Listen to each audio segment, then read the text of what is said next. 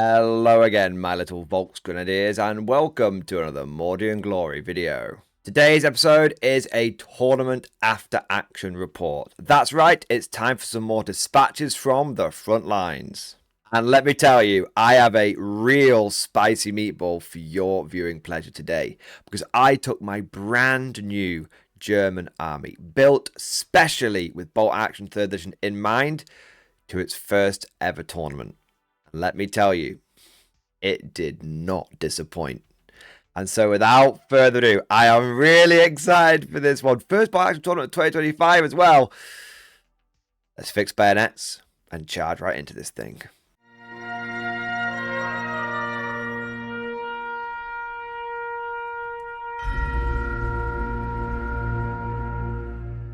As is tradition, I want to start off with a few thank yous. Firstly, I want to say a big thank you to Dan, who was the TO for this event. Dan does a fantastic job of running the Bolt Action events in my local area. And he basically does it completely voluntarily. He doesn't really make any money off it whatsoever. And he is single-handedly not only keeping the Bolt Action scene alive in my area, but causing it to thrive. So a big salute, big 07 down in the comment section to Dan, because he is a true hobby hero. I also want to say a big thank you to Element Games, who were the venue for this event, and they're always such good hosts. All of the terrain that you'll see in this tournament was actually provided by Element Games free of charge, just so that the tournament would be successful. They're a really good venue for running events, they're a really good venue for going to events, and overall I can't recommend them enough. Last but certainly not least, in fact most importantly of all, I want to say a huge thank you to Warlord Games. You see, today's video wouldn't really be possible without Warlord, because they have provided nearly all of the models for this army. They're a really big support of the channel, and they always go above and beyond for us content creators. And in fact, Warlord have been kind enough to give me an affiliate link and officially sponsor the channel as well, which is a really big deal. So a huge shout out to them. Thank you for all of your support. Thank you for just being a pleasure to work with. And also, if you want to support the channel and you want to support Warlord Games, show your appreciation, then check out the affiliate links I have down in the description below. But with all of that said, now let's get into the video proper, and we'll begin with the army list overview. As per usual, if you want the nitty-gritty detail of my army list, I have recorded a separate video, and there will be a link to that down in the description below. But if you just want the top level overview now, then this is what I was taking. So my list consisted of a 1,250 point army that was 15 dice, and that fit into 3 platoons, or should I say 3 platoons. My first platoon was the mandatory rifle platoon, and it consisted of a veteran German officer with Defend the Fatherland Fallschirmjäger. That's because I was taking a bit of a themed force today, and every single model in this army is going to be veteran, and every single model in this army is either going to be natively Fallschirmjäger or is going to be upgraded to Fallschirmjäger, whether they benefit from it or not. Now, if you're not sure what the Fallschirmjäger rule does, it means you get stubborn, which means that whenever you take a morale test, you don't take into account the number of pins. So let's say you've got 4 pins on you, half your squad gets wiped out, you would take your leadership test to stick around on a 10, not on a 6. Now, this is a great rule. Stubborn is absolutely bloody fantastic, but it has no benefit whatsoever on lone officers. But I was like, if I'm going to have a themed army, I'm going to commit to it all the way. So you may see a few times and you're like, why did you make that veteran? Why did you make that Fallschirmjäger? And it's because if you're going to have a theme, you got to go all the way. So going back to the rifle platoon, I had my platoon commander who was veteran and Fallschirmjäger. I then had a Panzerschreck team, a medic, and a light mortar who were also all veteran and all Fallschirmjäger. I then had, for the main bulk of the platoon, 4 units of Fallschirmjäger. 2 of them were equipped as fire support units, 2 of them were equipped as assault squads. The assault units were both 7 strong, and one of them had 4 assault rifles, one of them on the NCO, and one of them had 3 assault rifles, one on the NCO, and 1 SMG. The remaining guys in each squad had rifles. The reason I had that random SMG in there is because I needed to find a couple of extra points so I could upgrade the medic to Fallschirmjäger. Second platoon was a heavy weapons platoon consisting of a platoon commander, 2 MMG teams, and a medium mortar with a spotter. Finally, we had the third platoon, which was an engineer platoon. We had a platoon commander, and then we had 2 squads of engineers. Both squads were identical. They were 7-man strong, 1 flamethrower, 3 SMGs, 1 being on the NCO, and the rest of the guys having rifles. Overall, a very elite infantry force, very tough with all of the veteran and all the stubborn everywhere, and not a vehicle in sight. Now, a big weakness of this list on paper is the fact that it doesn't have a lot of long-range anti-tank. Really, I've got that Panzerschreck and a medium mortar as some sort of supplementary light anti-tank. But, as you will see, stubborn veteran flamethrowers have a nasty habit of being able to just brute force their way up the board. So there was a surprising amount of anti-tank in this list. But that just about covers the army list. Let's move on to the lay of the land. So what was the lay of the land at this tournament? How competitive was it, and what was the overall format? Well, it was your classic 1-day, 3-round tournament. It was a 1250 point event, and you were only allowed a maximum of 4 platoons and 18 dice. It was a very reasonable size for a bolt action event with a total of 22 players there with a really wide mix of lists and skill. I would say that one thing I noticed was a lot of people were bringing veteran infantry and a lot of light tanks. That does seem to be the meta of bolt action. Overall, I would describe this event as semi-competitive. There were a few people that were bringing the cheese, and everyone generally did have a good idea of what was good and what was bad, but the overall vibe was a friendly event with people just being genuinely nice to each other. Although I do want to do a shout out to the Dice Ghost channel, who were also there, and Evil Greg, who's living up to his name, who had the cheesiest list I have ever seen in Bolt Action 3rd Edition, which was 4 Nebelwerfers. I think that he is personally responsible for the recent Nebelwerfer nerf. One last thing to mention is that the round times were only 2.5 hours. If I was to give a little bit of feedback and maybe a bit of a note for those of you that are thinking about running your own bolt action events, I think you do need the 3-hour rounds now. Bolt Action 3rd Edition has gone up to 1250 points. There does seem to be a lot more dice that are being used, and it just feels like a bigger game now. So I think 3-hour rounds are best because you've got a lot of people that have got to do like deployment and stuff, and with the alternating activation deployment and picking them out of the bag, it can take a little longer than expected. The other thing I would say is if you do want to stick to 2.5 hour rounds, I would go for every mission having the deployment being first wave, because I found that when we've done first wave, the game was really quick, and that when we were doing the normal deployment, it did slow things down a little bit. So just bear that in mind. You know what? That just about covers all of the pre-games, preamble, if you will. I know why you're all here. Let's get to the exciting bit. Let's get into the games. Game number 1, and I get paired into Woodimp and his Italians. Now, for those that don't know, Woodimp is a fellow content creator, and he's actually a really, really good bolt action player. And he's played competitively. He's played on like teams, like internationally. He knows what he's doing. So when I got paired into him, I knew I was in for a hard battle indeed. In his list, he had 2 of the quad machine gun light Italian tanks. These are Armor 8, and they've got Pintle double MMG and then hull mounted double MMG.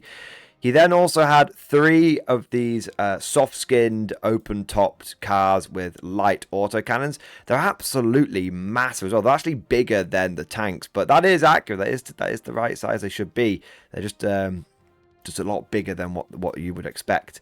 5 veteran Italian cavalry with Recce, and then there was 1, 2, 3 squads of Alpini with an LMG in each one, anti-tank rifle, and then we had 2 of these transports. Now, if I remember correctly, both of these transports also contained some infantry.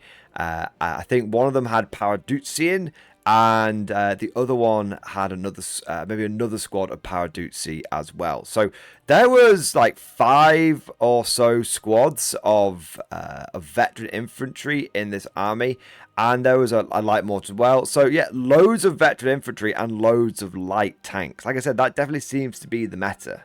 Now, the mission for this first game was demolition, and you can see that my objective was down here behind this forest. I'd placed that quite tactically because it meant that any opponent that wanted to get through and touch the objective would actually struggle to move through the difficult terrain.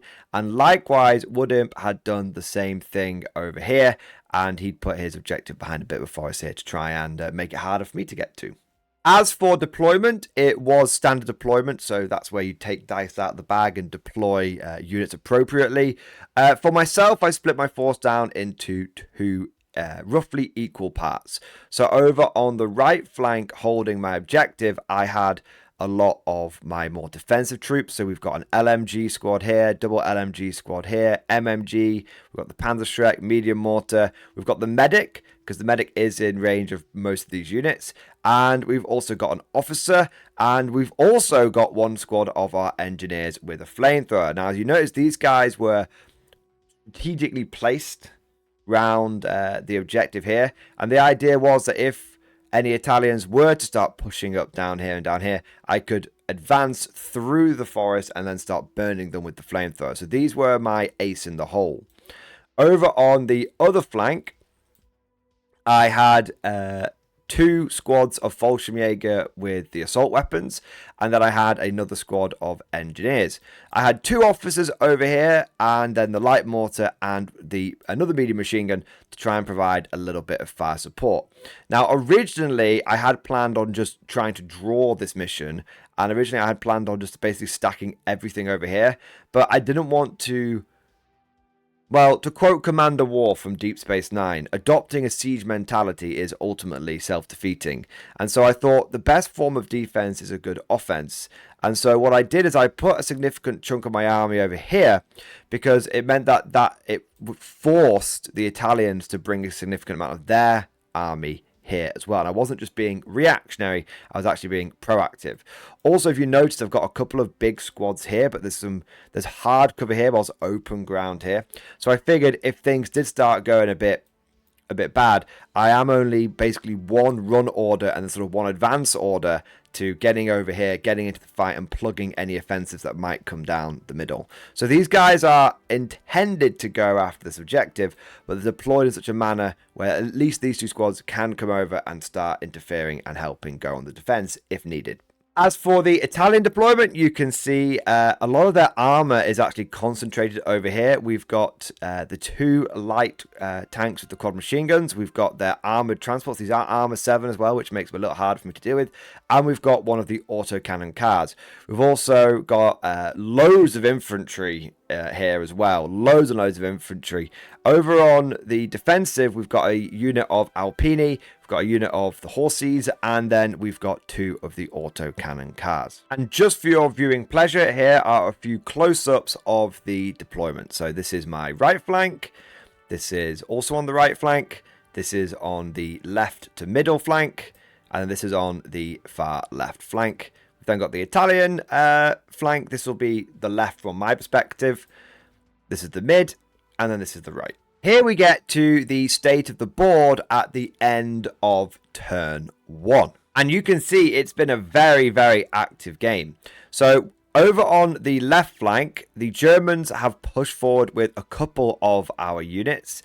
And we've actually started laying a lot of firepower down into these Alpini. We've caused a casualty and we've started to pin them up as well. I stoically refused to shoot the cavalry because of the fact they've got recce. And so they ended up just sort of moving forward at the end of the Italian turn. We then had a couple of autocannon cars doing some fire support. I think I took a pin and a casualty on the MMG team down here. But that was basically their flank. Bit of fire trading, and the forces starting to meet in the middle of the board. As for the middle, you can see I did start bringing across one of my squads here. I did take a little bit of damage. I took a casualty and a couple of pins from some firepower, I think, coming across here from one of the autocannon cars. But I think that was about it. Although the Italians did respond with a squad of Paraduzzi inside this transport. So I really, really want to get the first turn so I can try and do something about that. The first dice, turn 2, I should say, so I can do something about that. Over on the right flank, things are also hotting up with an early Italian push. Armor 7 transport coming down here with the veteran infantry inside, being supported by a lot of Italian infantry and armor as well. There was one unit that was destroyed on the Italian side. The light mortar got absolutely blatted by my double LMG team here. And I also absolutely lit up this Alpini squad as well. And that was firepower from the MMG and the double LMG squad over here. And actually, it's pretty surprising how much damage I've been able to do to the Italian infantry already. The light mortar has gone. We've wiped out half of an Alpini squad. And we've killed a guy from this unit as well. And in return, I think all we've done is taken maybe 2 or 3 casualties of our own. But very spread out. Like one off this machine gun team, one off this squad here, one off this squad here. So the German army is proving to be very tough, whilst being able to dish out a lot of firepower. So then we get to turn number 2, which was very action-packed from the get-go. First things that happened is over on the right flank, my Panzerschreck team came up onto the hill here and then fired, needing a 5 to hit against the Italian transport. And we got the hit, we got the mega pen, we got the double pen, and then Woodimp failed his 4-up cover save, and we absolutely smashed the transport.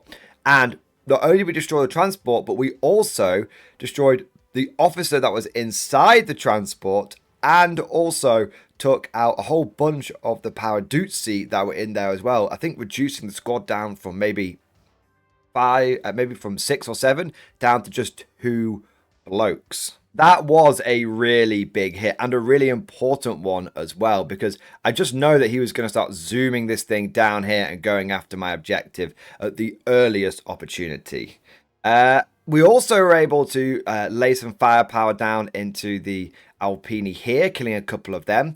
Although we have started taking some damage on our engineers. I did bring the engineers around here to try and finish off them. Didn't quite manage it, unfortunately. But yeah, we're actually starting to turn this defensive maneuver into an offensive maneuver. You know, getting that flamethrower ready to go after that tank and all that kind of good stuff. So yeah, we've really definitely stymied the Italian offensive over here. We've got a solid line, and we don't need to worry about the tank because the tank can't blow up the objective. As for the middle, things are a little bit more difficult. The Paraduzzi squad jumped out and absolutely creamed my Fallschirmjäger squad here, although we did stick around because we're leadership 11 stubborn with the officer and everything. And in response, they actually did pass their order tests, and we were able to kill a couple of Paraduzzi with our the assault rifle here and the SMG on this guy, and put a couple of pins on them as well, which is not too shabby at all. The little truck thing, just you can see it's just sort of poking out round here. It just retreated afterwards. But that is 4 Italian dice gone, because we've got the truck, the officer over here, and then we also got the light mortar last turn. And we must have picked up another dice somewhere else as well, because we did manage to... Oh, yeah, there was a little... there was an officer supporting these Paraduzzi, and he did get killed. Yeah, we went after him. So we've actually managed to remove 44 of the 17, I think it is, Italian dice. And now the tables have turned, because now I have got the dice advantage. And so it's 15 dice to 13 at the end of turn 2 already. As for the left flank, I continue my storm assault. I'm stoically refusing to touch these wrecky cavalry. They can just slowly make their way around here. That's absolutely fine.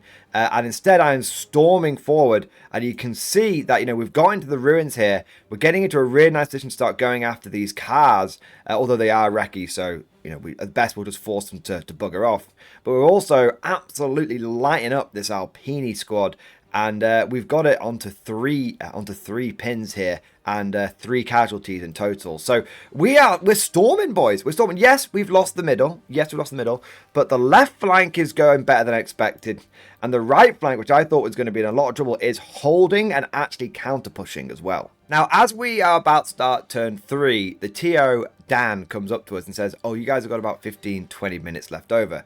Turns out that Woodimp and I may have been chatting a bit. We are good mates. And so we were having a little bit of a bit of a chin wag, I must say. But we were like, you know what, let's at least try and get to turn 4 to see if we can at least, get a rough idea of who we think would win the game, or if it's going to end up being a draw or something like that. So what ends up happening on turn 4 is I try and kill these last 2 buggers here, but turns out that veteran infantry goes both ways, and I just struggle to get the 5s that I need, and they start working their way round here. The tank actually just sits there, absolute Billy Big Bollocks, and keeps just laying into my squad over here. But I guess I could have gone after it with the flamethrower, but I'm more worried about these guys because they can actually win the game. We also struggled to do any damage to the Alpini here. I have a cold turn. I have to admit, I have a cold turn. Although, amazingly, even though the officer here dies, this one Fallschirmjäger dude does survive. And he survives, like, point blank MMG fire from, like, a tank and everything. But he does manage to survive. We do keep pushing forward on this flank as well, but we're starting to lose a bit of momentum. We're pinning up the Alpini, but these autocannon cars, they're getting into point-blank range. They're actually starting to put some serious hurt on our units here. And so turn 3, it definitely sees the German momentum starting to slow down. And the Italians start unveiling their secret plan, which is to have the cavalry come all the way around here and go for the objective in the late game. Now, that's really interesting because I've been so focused on this push here, but now I suspect that this was a big distraction, and the real thing I had to be careful of was this Italian cavalry. And then we get into turn 4, and we both realise, Woodimp and I, that this is going to be the last turn of the game, so we're not going to get to the full 6, which is unfortunate, but no regrets on my side because we had a really, really good game. Really, really ton of fun. It's a great chance to actually sit down and chat. And we've not actually played against each other before, so it was, for me, just more of the social experience. That was the important bit. But going on to what happened with turn 4, the Italian cavalry essentially do their maneuver. But what happens is I get a whole bunch of dice first. I get loads and loads of dice first. And I'm trying to, and I just like, I've got to pin these up, because what I want to do is I don't want the cavalry to assault me, because what will happen is they'll like assault over, because I've got like a little spotter. I wonder if I can get him on screen here. You see him just down here, right? So they'll assault that spotter, and then they'll consolidate like 2d6 because they're cavalry, and then they'll make it onto the objective, or within like, I think 3 inches of it, or whatever it is, and then they'll blow it up. So that was something I was really worried about. So I was like, just got to, but I knew that Woodimp didn't want to recce his cavalry, because if he recces them, he can't then do the assault and do the maneuver. So I keep pulling the dice, and I like snap to like this unit, I snap to the machine gun. I'm just pouring loads of firepower onto them. And I managed to get a whole bunch of pins, and it gets like the 4th unit that's going to shoot at them. Woodimp's like, screw it, I'm going to recce. And he does recce the full 18 inches, but he doesn't quite get in range of my objective. So that was like, okay, then on a range, that's fine.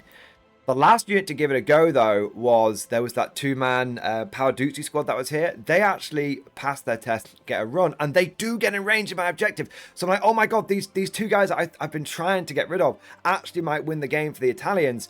But what I managed to do is get a couple of dice, and the first dice I get is my double LMG squad here. They have got a pin on them, but there is an officer nearby. They pass their order test.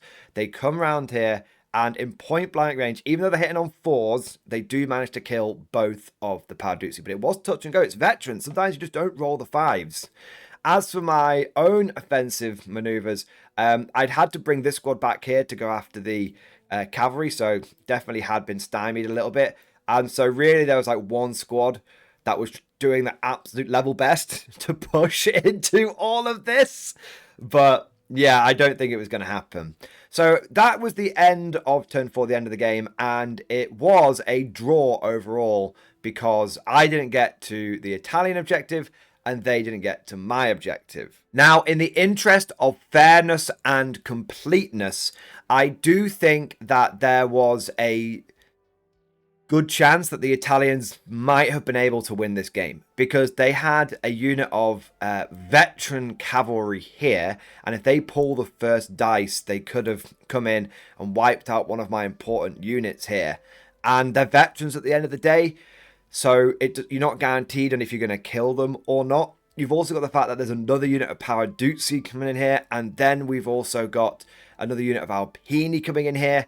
I think it would have been really close, really touch and go if I could have stopped all of that. I mean, if I think about it, turn 5, this is rough ground, and this is rough ground. So maybe these two units wouldn't have been so much of a threat because they could have, this one's going to get to here and then to here. It's probably not going to get to the objective. Likewise, this one's going to get to here and then get to here. Probably not going to get to the objective. But it all comes down to turn 5. If the Italians get a bunch of dice, can they essentially set the tone, set the ground, use this tank to put as many pins, and just do as much damage to me as possible, so that I struggle to then deal with the cavalry. And I think I think there's like 60% chance they could make it, 40% chance they don't manage it, that they could have maybe pulled that off turn 5. Of course, all of that goes on its head if I get one dice first, one dice and one dice only, because I would then snap 2. And what I would do is I'd snap to this guy who's in point blank range. I would snap to these guys. It might look quite long, but trust me, they are in snap 2 range. I snap to them. That's double LMG in point blank range. And then also I've got my other double LMG squad down here that could get into point blank range. So if I get one dice, I think I can shut down that cavalry. But because then I can snap 2, and I've also got the officer with his weapon as well. But if the Italians get the first few dice, I think they get it. So it's on the edge. But I definitely think that the Italians had a good chance of actually getting to my objective. As for myself, I'm not sure over the course of turn 5 and 6 if I would be able to get to that objective, because I'd have to try and come through the ruin, through the difficult terrain here. Maybe I could assault and then consolidate, but so I don't think I was getting to the Italian objective. So I think that there's a chance that turn 5 the Italians could have turned it into a draw. But if I get that first dice, I think I could have turned it into a win, I should say. But if I got that first dice, I think I could have kept it at a draw. But unfortunately, we didn't get to turn 5 and 6. And so the game did end in a draw. But I was overall happy with that, and not because of the result. I don't care if I win or lose. I'm just here to have a bit of fun. But I really enjoyed that game because I felt like my army showed off what it could do. I mean, this like lone ranger guy just like holding off a whole squad like Paraduzzi is so cool. And I really started to feel how tough going pure veteran is, and how tough pure veteran plus stubborn plus having those big leaderships with the officers. I felt like my army was dead hard. Yeah, dead hard, and was able to punch well above its weight. And I had been very worried about facing off against a lot of armor, and I've just faced off against a lot of armor, and you know what? I didn't feel like I was at a disadvantage at all. So some valuable lessons learned from this game, but most importantly, I got to have a good game against a good mate, and that's the best bit. But now we get into game number 2, and this was against Matt and his Imperial Japanese army. Now, I really like this army because, one, the Imperial Japanese were my first bolt action army, so I've always got a bit of a soft spot for them. But 2, he also had an army list which is very similar to one that I have been theory crafting myself. So I was really curious to see how it would do on the tabletop. In his list, he had a rifle platoon with 4 units of the paratroopers in there, and each squad was veteran with 1 LMG. We then had a heavy howitzer and a medium howitzer.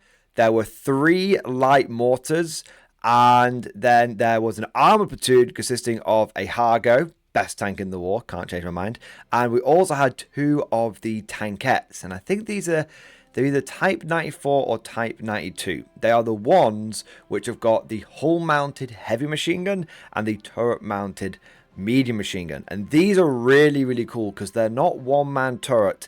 And so they're really able to sort of go where you need them to go without worrying about order tests. And that HMG is really good because it can put pins on armored vehicles because it's got a pen value, and it's also decent at slicing through veteran infantry, which is what I've got as well. Now, there was a real mix of veterancies in the Japanese army. The light mortars, for example, were all inexperienced, and then all the tanks and artillery were regular, and then the main infantry squads were veteran. This was quite fun to play into because it meant that there were some cool choices that I, as the opposing player, had to make. Do I go after the inexperienced mortars, which probably aren't going to do any damage to me, but hey, it's a dice I can get out of the bag? Or am I just sort of making myself feel better when actually I should be going after those veteran infantry squads, which are the ones that are probably going to be swinging this game? Or do I go after the artillery because that's regular and that's going to be doing some damage to me, but it's a bit further away? Yeah, it was just really cool having the veterancy really impact my decisions on which units I was going to target. But moving on, we've got the mission and the deployment. Now, the mission was key positions, and there were 5 objectives. After a bit of back and forth with us placing objectives one after the other, the objectives ended up with 1 in this forest here, 1 next to this house here, 1 in this forest here, 1 in the ruins here, and 1 on the hill here. I have to admit, I placed most of my objectives just down the middle. And that was because I wasn't sure which side of the board I was going to get. Initially, I actually started off on that side of the board. But after I won the roll-off, I realized that this objective was actually slightly close towards this deployment zone. So I did pick this side. But the objectives are fairly equal, with 1 being within easy reach of each controlling player, and then 3 being down the middle. But with the objectives placed, it was time for deployment, and actually it was first wave, so we didn't deploy anything. And let me tell you, I really like first wave. I found it really sped up the game, and little spoiler, but not in a bad way, me and Matt did get to all 6 turns. And this is what the board looks like after we've had our first wave. So over on the right flank, I've got a unit of engineers, and there's an officer that's supporting them. Towards the middle right, I've got an LMG squad and an MMG, and I've also got my Panzerstruck, which has ran up to here. And then over on the sort of middle to left, I've got, well, I had another LMG squad. As you can see, they have been quite badly destroyed because this tank came down here and was just able to just hose them down. Bit of bad placement from me because my squad wasn't really, it was sort of just out here in the open. It was fairly easy for the tank to draw a line of sight and see the majority of the squad without them being in cover. So I got hosed. I learned about the HMG. And then I've got an assault squad here with an officer, got a light mortar, medium machine gun, assault squad with medic, and then we've got engineers just over here. So this is assault squad and medic. This is the engineers here. There's an officer that goes with them as well. As for the Japanese, we've got a light mortar came in on the left. We've got 2 large parachute squads here with an officer. We've got one of the tankettes. We've got the medium howitzer. Funny thing about the Japanese artillery, the medium howitzer is bigger than the heavy howitzer, but that's because the medium howitzer is some sort of crazy interwar design, and the heavy howitzer, which looks smaller, was actually a bit more modern, so it was smaller yet packed more punch. In the middle, we've got another parachute squad, another tankette, another light mortar team here, spotter. We've got officer team here, and we've got another 7-man squad here. So there must have been, I think there was 5. There must have been 5 7-man squads, yeah. And then we had over on the right flank, we've got the heavy howitzer anti-tank team, officer, and we've got the that's the spotter, actually, sorry, officers there. And then we've got the other, the parachute squad. Keep on saying Paradootsie, but that's last game. So you can see the Japanese, it really feels like they outnumber us. The German army feels like they've got the same amount of elite infantry of us, and then they've got all this extra stuff. But that's because I've geared my squads up with SMGs, assault rifles, and LMGs, and I'm all stubborn, whereas the Japanese, they've got the same amount of infantry of us, and then they've got all of these toys, because all of their other toys are like inexperienced or regular, and also their infantry squads have only got an LMG in each. Now, unfortunately, I didn't get any pictures of turn 2, so I'll have to describe what happened over the course of turn 2 and turn 3 on the same picture. I do apologize for that. I was just trying to make sure that I was getting through the full game because I was conscious that I hadn't got through the whole of game 1. So what I'll do is I'll work through the left flank, the middle, and the right flank, and I'll cover what happened turn 2 and turn 3 in each one of those sectors. So starting off with the left, I had one of my engineer squads get absolutely flattened by an indirect fire heavy howitzer shell, and only one guy survived, the guy with the flamethrower. But he passed his leadership test because he's stubborn. And he had the officer nearby, so he was like, unless he rolled double 6, he wasn't going anywhere. In response, what happened is he moved. They had moved forward into here in turn 2. The survivor, turn 3, moved here. So he passed his 4-pin order test. Then he advanced out, and then he basically completely burned away the Japanese squad that was here. One man with a Flammenwerfer was going to single-handedly take this entire flank. You watch, man. You watch. He was an absolute hero. We also moved forward with the assault squad. They did get pinned up really badly, but thanks to cover and the medic was really good, by the way. He saved 3 people in game 1. He saved 3 people in game 2 as well. So I really liked the medic. He actually, they took a bunch of pins, but they didn't take too many casualties. That was mostly from like the tank stuff, like shooting into them. And then in the middle, I was a little too aggressive. I pushed forward with my assault squad here. But then I just started getting bracketed from every side. But let me tell you, veterans are still veterans. And so even the tank firing at them point blank, hitting on 3s because it had moved, I still have the benefit of cover. I can't go down because there's no point in going down because I don't get the down benefit because he's in point blank. But I still get a 5-up save. So between the 5-up to wound and a 5-up save, my veterans actually stuck around pretty well in the middle. As for the Japanese, they're really pushing to take this mid. You can see they've got a big squad in there now, and I am definitely struggling a little bit in the mid.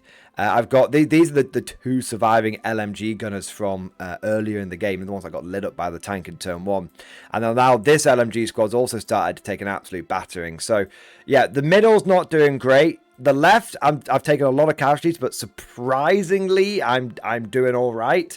The right flank is where I'm strongest, and over the course of turn 2 and turn 3, I basically run the engineers and the officer around here, and then I proceed to sticky the objective using the lee of the hill to essentially protect me from the firepower from this squad because they can't see over the hill. And I'm also underneath the minimum range of the heavy howitzer, so unless it wants to do a direct fire shot, which I suppose it could do, but it's really going to struggle because it can't see past the forest here, and then it can't see past like the tip of the hill here. So actually, he's not going to be able to get any shots on me with that thing. So so this flank is actually, I've got this objective. It's basically mine. The funny thing that's happened is that you'll notice my opponent's got like his hard go here. His hard go over turn 1, turn 2, turn 3 had failed its advanced check every single time. Because it's a one-man turret, my opponent's trying to bring it on and shoot with it rather than just do a move. He's got to do a leadership test at -1. He just keeps failing it. So the hard go was off the board for half of the game. So I do have some action shots for your viewing pleasure here. Unfortunately, it turns out I was really bad at taking pictures this game because I don't have any more overview pictures. So what I'll do is I'll show you these action shots, and then we'll go back to that other picture that we saw, the overview one, and I'll tell you what happened over the rest of the game. So this is Hans, the Flammenwerfer Mans, who's taken his left flank single-handedly. These are the veterans that are getting kind of mashed in the middle of the board. This is what it's a bit of a sneak peek for what was happening over on the right flank. The Hargo eventually did turn up.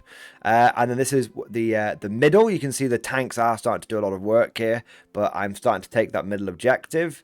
We've got the Japanese ending up on that objective. And we've got the Japanese left flank. And then we've got my medic getting onto that objective there, more symbolically because you can't actually hold it. So like I said, let's go back to this picture here and I can explain how we got to some of those other pictures.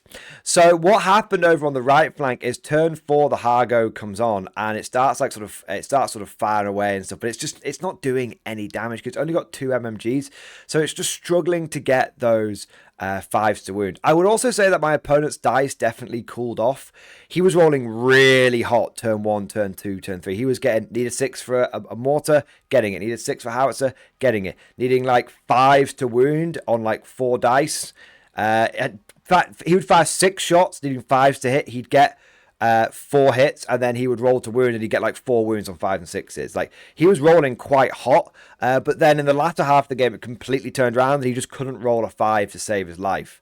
So the Hargo basically came on here, and it was just trying to like lay into this squad, but it just wasn't really doing anything apart from getting a pin.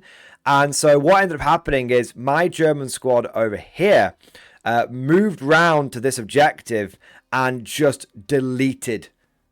completely deleted the Japanese that were there. So there's, as you can see, there's these 2 squads here. The final dice of 1, I think of turn 4 it was. I move forward, burn away that squad. I then get the first dice of turn 5. I move into the ruin, burn away that squad. Just completely burn them. Now you might have said, aren't the Japanese like fanatics, so they wouldn't like take the panic for flamethrowers? It's a very, very good point. However, both times I rolled a 6 for the number of hits on the flamethrower, and both times I basically didn't fail to wound. And then I also had the fact that I was firing SMGs point blank. So either I was fully wiping the Japanese, or I got them down to like 1 man, at which point they're no longer fanatic, and then they broke because of how many how many pins I'd put on them, because the flamers were going absolutely ham. So this flamer over here, this single flamer squad basically just broke the middle, because between it just doing insane casualties and the SMGs doing well, and then this squad pulling its finger out and moving in, and they've got double LMG, so point blank fire from them is pretty good. We were able to completely clear out the middle objective. We'd stickied this objective, and we'd then took and held and stickied this objective. As for what happened over here, the Japanese squad over here, with the support of this tank, and some fire support from here. This is why these guys weren't able to do much from my engineers. They were just laying everything they could into this middle squad. This middle squad here did get wiped out, and the Japanese did end up taking that objective, but it took so much for the Japanese to do it, and then because of that, I think they got a little tunnel visioned. I was able to then clear them out. So this squad died, but indirectly it took these 2 squads with it, and it really kept the focus of the Japanese. So the Japanese ended up holding this objective and holding this objective, but I was holding these 2 objectives by the end of the game. My opponent did try a last-minute rush over here with this unit and the Hargo, but because I had an officer and I had a Panzerschreck team, I was able to hold on to that objective. That's where this picture comes in, because it was stickied, it was mine. All my opponent could do was contest it, but if it's contested, it actually remains under my control. It's kind of the funny thing about how these objectives now work in 3rd edition. So this Panzerschreck team just moving out here and holding the objective kept it under my control. So if we then go over to what's happening on the left flank with Hans. So essentially what happened is I ended up doing a big push. Hans swept this flank. He picked this flank clean. But unfortunately, what happened is just as he was about to move on to the objective, I just needed like 1 dice. What happened, essentially, my opponent was able to get, because he has like 5 of these. He's got like 5 of these like parachute squads, right? He's able to get another one of these parachute squads round, and basically they block Hans. They don't kill him, but they block him. And then what happens, he ends up basically finally failing an order test. He does Fubar, and he panics and he runs off the board. And then what that means is that this objective is now secure. I can't get anywhere near it, and that's when my opponent brings that squad back round over here and manages to get onto this objective on the final turn and clear it. These guys didn't really end up doing very much, unfortunately. I I kind of misplayed them. They were just doing a lot of fire support, and I was trying to kill these Japanese veterans, but veterans are veterans at the end of the day. Sometimes I can't roll 5, sometimes my opponent can't roll 5 to wound. So the end result ended up being that the Japanese controlled this objective and this objective, but I was able to control this objective. They never got anywhere near it. And I was able to control this objective, and I swept and purged and cleared this objective in the middle. So I ended up winning. And it was 3 objectives to 2 objectives and a very, very hard fought game. But if I may make one final closing statement on this game, at the end of it, I had lost 1 squad here and the remnant squad here. And Hans' squad, so I'd lost like 3 units, and my opponent,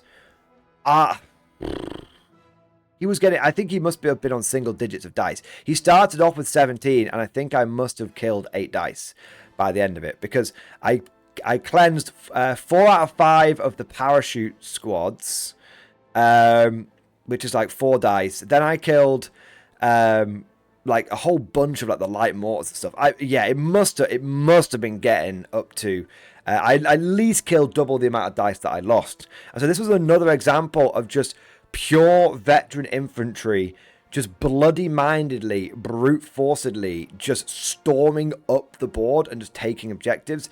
I'd had an inkling of that in game 1. It was made abundantly clear to me in game 2, and I finally get it. This is the first time that I've ever run veteran spam in my entire bot action career versus 2nd edition, 3rd edition. I now understand why when people start doing it, they struggle to go back to regulars, because veteran is a hell of a drug.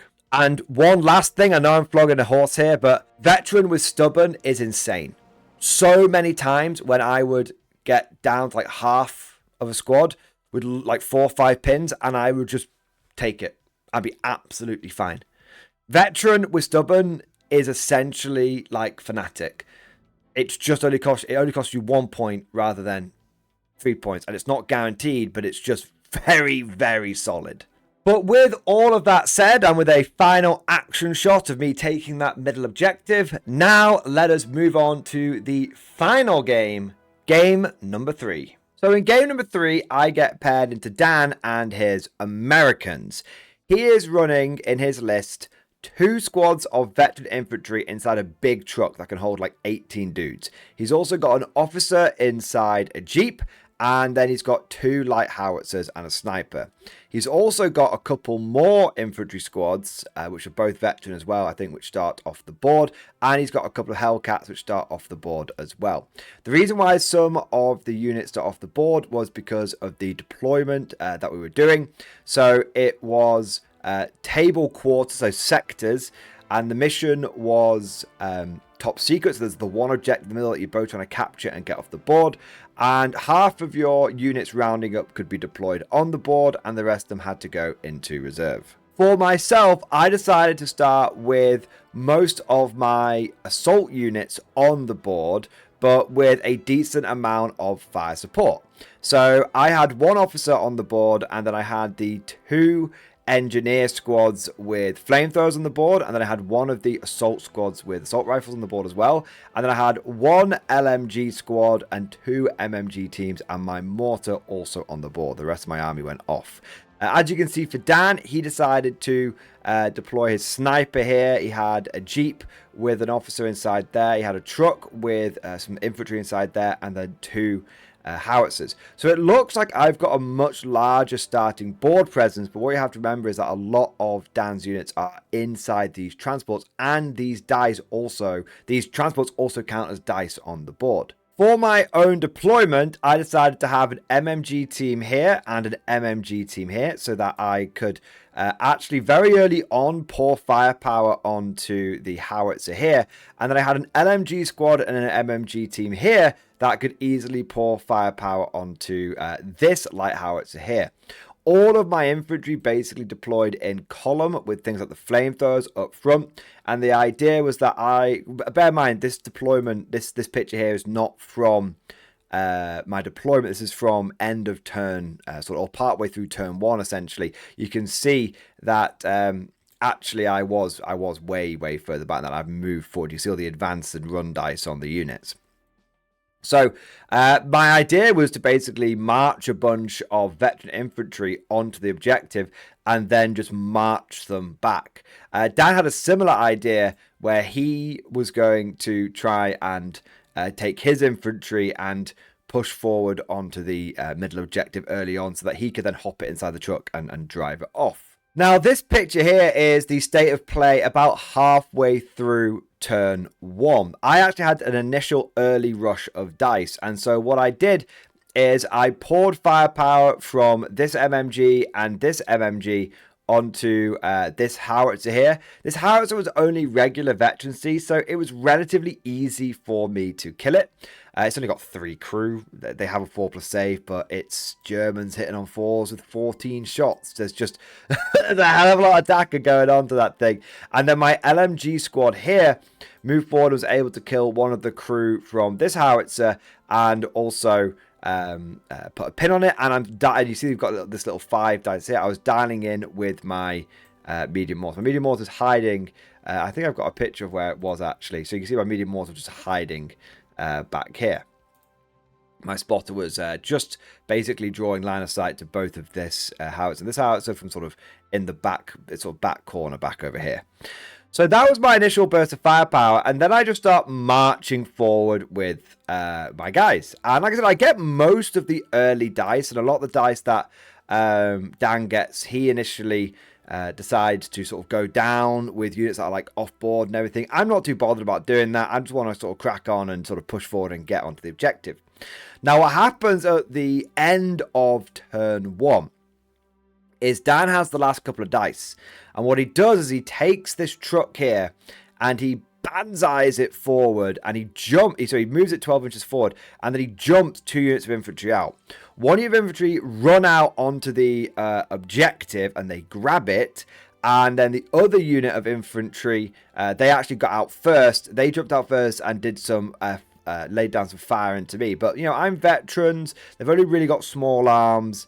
So they don't do a huge amount of damage. I think I lose like 1 or 2 guys, but nothing too major. So at the end of turn 1, the Americans have done an early bum rush for the objective, and they're now going to try, if they get the first dice, what they're going to do is basically grab that objective with the infantry unit, jump them in the truck, and then they've got an officer in this jeep here, and then they'll basically do like a snap 2.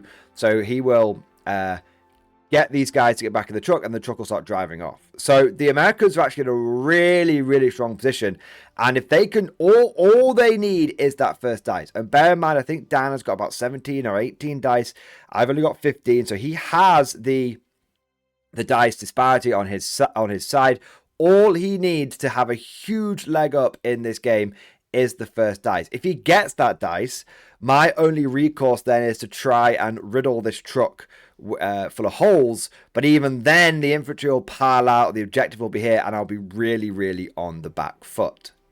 Unfortunately for Dan, he does not get the first dice. The Germans get the first dice, and this is devastating because I get the first dice and I snap 2 with 3 units of infantry. My first unit that I snap 2 with the LMG squad here, and then with the 2 engineering units essentially. So sort of 1 engineer unit here, 1 engineer unit here, right? So what happens is I move the first engineer squad forward, and then I shoot the Americans that are holding the objective. I managed to kill a whole bunch of them, and I put a whole bunch of pins on them as well. I put the maximum amount of pins on them. They're veteran infantry, but they're not stubborn.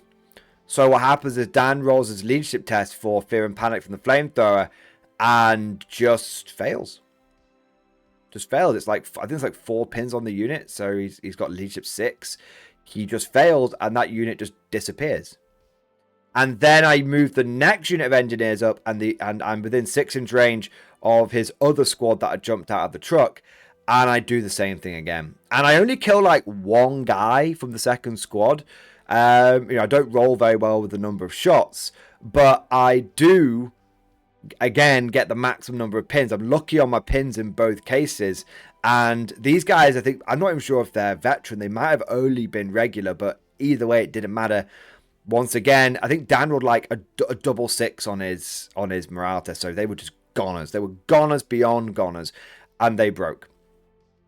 And then my final squad, my LMG squad, basically moves forward, riddles the Jeep full of holes with double LMG, manages to kill it, and the lone officer that bails out dies. Just dies. Oh no! So in one snap 2, I remove 4 dice from the board, and I think I removed 2 9-man veteran squads, and it was I think it was like a 3-man regular officer squad as well. Not a lone officer, it was a 3-man squad and a Jeep. So that must be like easily 300 points just gone with one snap 2. Baby, behold the power of the flamethrower. And then to make matters worse, I draw the next dice, and my squad here advances onto the objective and manages to secure it. Absolutely devastating, Tim. Dan says at that point, he's like, okay, I think that's game, but we'll just sort of play the dice out. And what happens is he manages to get like one of his Hellcats on, and it does get like a good hit and kill a few of my guys.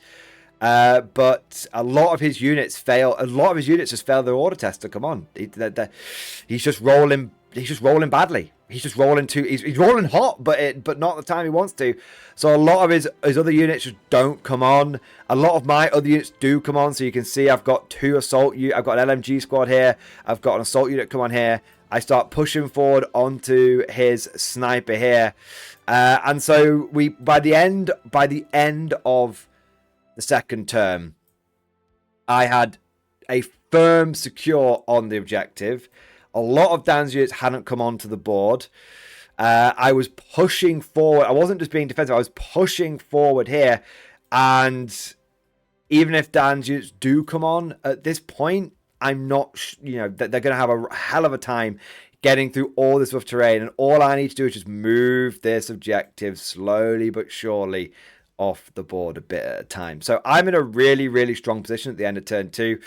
And Dan knows it. Dan looks at me and he's like, you know what? I think that's game. Let's just call it there. I have to say, I am a little bit surprised that Dan did call it, because obviously it is only turn 2 and this is bot action. If he pins up my veteran squad here, I could start failing all the tests. As much as I've had a big swing against him, he could potentially have a big swing against me. But I could tell that he was very, very demoralized from losing all of that stuff. And so I could tell that he was like, you know what, let's just call it. So I said, are you absolutely sure, mate? I don't mind playing it out for funsies. You never know what might happen. It is by action. But he was like, nah, don't worry about it. And at the end of the day, Dan is the TO for the tournament. And he's a good lad. He's a good sport. He wasn't salty in any way, shape or form. And we had a little bit of a chat afterwards about, how things could have gone a bit differently. I said I think he was a bit aggressive early on. Yes, I was pushing forward quite early, but I think that, I can only move the objective off quite slowly. I think if he had just essentially just blasted me for a few turns and then come in with the Hail Mary, that would have been a bit better. But going for that turn 1, it was all or nothing. It was an all or nothing maneuver, because if he'd got that first dice, it would have been the complete reverse. He would have been absolutely smashing it. But unfortunately, I got that first dice turn 2. Now, with Dan being the TO of the tournament, the way that he does the events, they're not done on like BCP or any sort of apps or anything like that. It's all quite manually done. So I said, all right, mate, I'll tell you what, we'll call it early. He said he wanted to crack on with some of the sort of admin so we could get everyone's wins and losses done, so we could wrap up the tournament nice and quickly, get people getting home early on a Sunday. And so tell you what, mate, I'll go around and I'll help you with all the admin. So we had a good chat. We hung out afterwards. There was no hard feelings, no salt whatsoever. And actually, I helped out with the tournament, and I helped get all those results in and do all the awards and all that kind of stuff, which is really cool. And so it was a bit of a quick end to the event, a bit quicker than I was expecting. A very furious Hail Mary turn 2, but at least I got to hang out with a good mate, and we were able to make good use of the time. And so we get to the end of game 3. We get to the end of the tournament. And somehow I've managed to get 2 victories and a draw. And I end up coming bloody second place. Can't complain at all. Very proud. I've got my first official Warlord Games certificate, and it is for a podium finish as well. And I also want to do a big shout out to Warlord Games and to Element Games, because they did a bit of prize support. So Warlord Games did provide some cool like weapon teams and some other prizes for the different players, which is really, really cool. I ended up coming away with, I actually initially got a American weapon teams set, but there was another chap there, a really great guy called Pete, and he had the German weapon teams, and I've played against Pete before, and I could tell he was sort of look at the German weapon teams. He's like, oh, these are okay. I went, Pete, you're right. Do you want to maybe trade your prize? And he was like, yeah, what have you got? And I said, I've got Americans. He went, oh yeah, I'll definitely trade those. I went, are you sure, mate? Because I don't want to pressure you. He went, no. And I quote, I've got Germans coming out of my asshole. So I was like, no worries, mate. Traded with him, which was a great trade, because he's building up an American force. So that's really good for him. And I've only got the one Panzerschreck, like I said at the beginning of the video. So I got a second Panzerschreck, and I got another flamethrower. I'm up to 4 flamethrowers for my Germans now. And I got another sniper as well. So, but the Panzerschreck was really what I was, what was the best bit for me. So, and also, so Warlord provided the weapons teams, and then Element Games provided some store credit, which is really cool. So I ended up getting 15 quid store credit, which is amazing. So got a certificate, that's going up on the shelf. Got some weapon teams, which will be definitely getting painted up and used ASAP. And also got 3 extra ord dice that came in that weapon teams kit. And I got the 15 quid store credit. So overall, a grand day out. But the best bit was, I got to play with my new German army. It ended up being really, really good. And a little side note on that. This was the first time that I had used veteran spam. And this was the first time that I had used stubborn spam as well. And when I was initially building this army, I have to say that I didn't expect it to do very well. Because everyone goes on about in 3rd edition how tanks this, tanks that, you know, all of the armor. It's a vehicle-based meta and all that kind of stuff. And I only had 1 Panzerschreck and a couple of flamethrowers, which were, you know, okay. But it was really, I had like a Panzerschreck, right? But I tell you what, I really think that this list was accidentally quite broken. Was it broken like taking 4 nebs? No, it wasn't. Coincidentally, the 4 neb list did end up coming first. I was very lucky that I managed to dodge that. But this was the first time I'd taken pure veteran spam, and it's the first time I was on the other side, because normally I play into veteran spam, and I've kind of got used to like dealing with it. But let me tell you, being on the other side and having the veterans, your units are just so reliable. They're so tough. Veteran units tend to get access to more gear as well, more war gear as well. So I had loads and loads of equipment. My units were dialed up to the 9s, and this was the first time that I've ever taken a truly elite army, I would say, in almost any game system. Normally, I'm a Horde guy. Mordian Glory, home of the Horde. But this time, I took an elite army. And in every single game, it stormed up the board and absolutely smashed people. That first game, it held the line against a very good Italian player with a very good list. In the second game, it took the fight to the Japanese, the premier, like, or at least traditionally, the premier assault army of the day, and took the fight to them and beat them. And then in that third game, one bopped some Americans with a single snap too. It was way more powerful than I was expecting. And so I do think that, was this list themed? Absolutely. Was this list a bit of a meme? 100%. You know, paying for Fallschirmjäger units that weren't even going to benefit from it, of course. But was it accidentally very good? Would I run it again with a few tweaks? Yes. Yes, I would. Veteran stubborn spam is very good. And I think that we might see a few more people running lists like this. I've been chatting to Woodimp, and he said in our game, he said veteran and stubborn across the army. It's something that he's been toying around with, something he's been playing with. And theory has met reality. And the reality is spicy. Well, at least that's what I think. But of course, all of this is just like my opinion, man. Let me know what you guys think down in the comment section below. What do you think about veteran spam? What do you think about stubborn in the new edition? And what do you think about those new German models? The new veteran infantry, the new the Fallschirmjäger. I'd say they looked really good on the tabletop, and it was a pleasure to use those models. Highly recommend them. If you enjoyed today's video, don't forget to go ahead and smash that like button. And if you want to see more content like this, then subscribe to never miss an episode. Would you like to know more? If so, then please consider becoming a channel member or patron. By supporting the channel, not only will you be doing your part, but you'll also be helping me create more content for your viewing pleasure and unlocking a whole host of perks. You get everything from a badge next to your name, custom emojis, but the big one is access to the Mordian Glory Discord server, an online community with almost 2,500 active members. It's always popping off in the MG Discord. We've got channels for army lists, hobbying, tactics, stories, and even a pretty spicy meme section as well.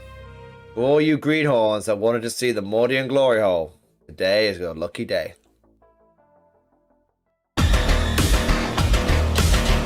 And joking aside, I do want to say a massive thank you to all of the current channel members and patrons.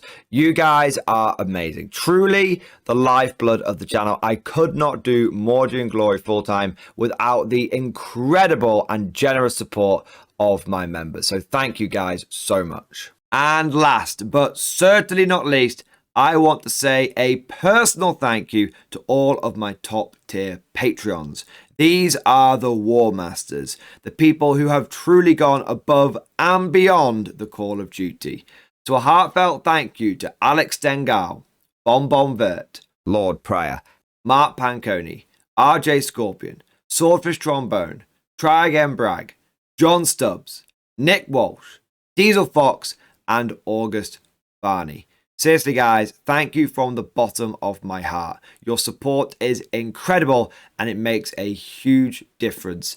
Thank you so much. That's all for now. Hope you've all enjoyed today's video. And of course, as always, I'll see you guys next time.